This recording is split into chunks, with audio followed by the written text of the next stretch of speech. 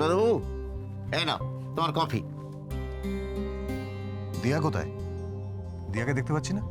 হ্যাঁ, তুমি হয়তো মা জননীকে দেখতে পাওনি, এ কথা ঠিকই, কিন্তু তোমার এই দরজা দিয়ে বারবার উঁকি দেওয়াটা মা জননী কিন্তু ঠিক নজর করেছে।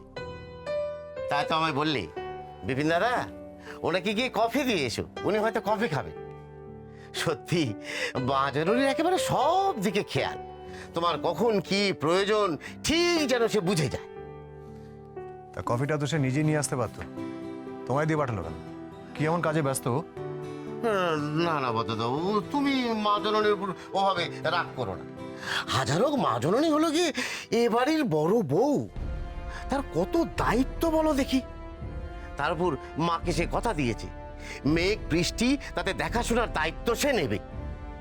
দেখো কি সে দায়িত্ব একেবারে নিষ্ঠার সঙ্গে পালন করছে, কোনো ত্রুটি হবে না। আর ছোট বৌদিমণি, সে তো ওই রং চং মাখবে বলে সাজুগুজুর দোকানে গিয়ে বসে রয়েছে, বাড়ি ফেরার কোনো নামই নেই। সে না ফেরুক, মা জননী আছে যখন, তখন সব ব্যাপারে একেবারে নিশ্চিন্ত।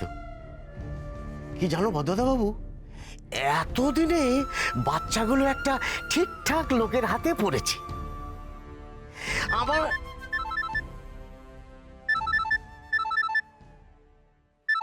বিপিন দা, তুমি এসো এখন। হ্যাঁ হ্যাঁ, ঠিক আছে। হ্যাঁ সুবল, বলো। স্যার, আমি ক্যামেরাগুলো সব ফিট করে দিয়েছি।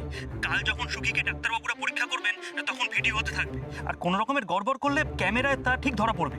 Very good, very good Subal, খুব ভালো। শোনো, কাজ এখনো শেষ হয়নি, আজকের রাতটা কিন্তু খুব ক্রুশিয়াল। খুব সাবধানে থাকতে হবে, আর সুখীকে সারাক্ষণ চোখে চোখে রাখতে হবে, সুখীর যেন কোনো ক্ষতি না হয়। কিন্তু স্যার, একটু টেনশন আছে। আসলে একাডেমিতে এখনো মায়াঙ্ক স্যার, চৌধুরী বাবু আর গাঙ্গুলি বাবুরা রয়েছেন, কেউ বাড়ি যাননি। কি? মায়াঙ্করা কেউ বাড়ি যায়নি? ওরা এখন একাডেমিতে আছে এত রাত অব্দি? সুবল শোনো, ওরা নিশ্চয়ই সুখীর ক্ষতি করার কোনো নতুন প্ল্যান করছে। তুমি খুব সাবধানে থাকবে, আর কেউ যেন টের না পায় তুমি কি করছো। প্রত্যেক মুহূর্তের খবর কিন্তু আমায় জানাবে, বুঝতে পেরেছো? হ্যাঁ, বুঝতে পেরেছি স্যার, ঠিক আছে, এখন রাখছি।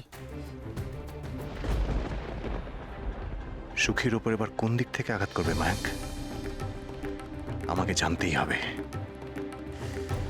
দিয়া, দিয়া তুমি কোথায়? আমি কফি খাওয়ার জন্য তোমায় খুঁজছি না, আমার তোমাকে দরকার দিয়া, খুব দরকার।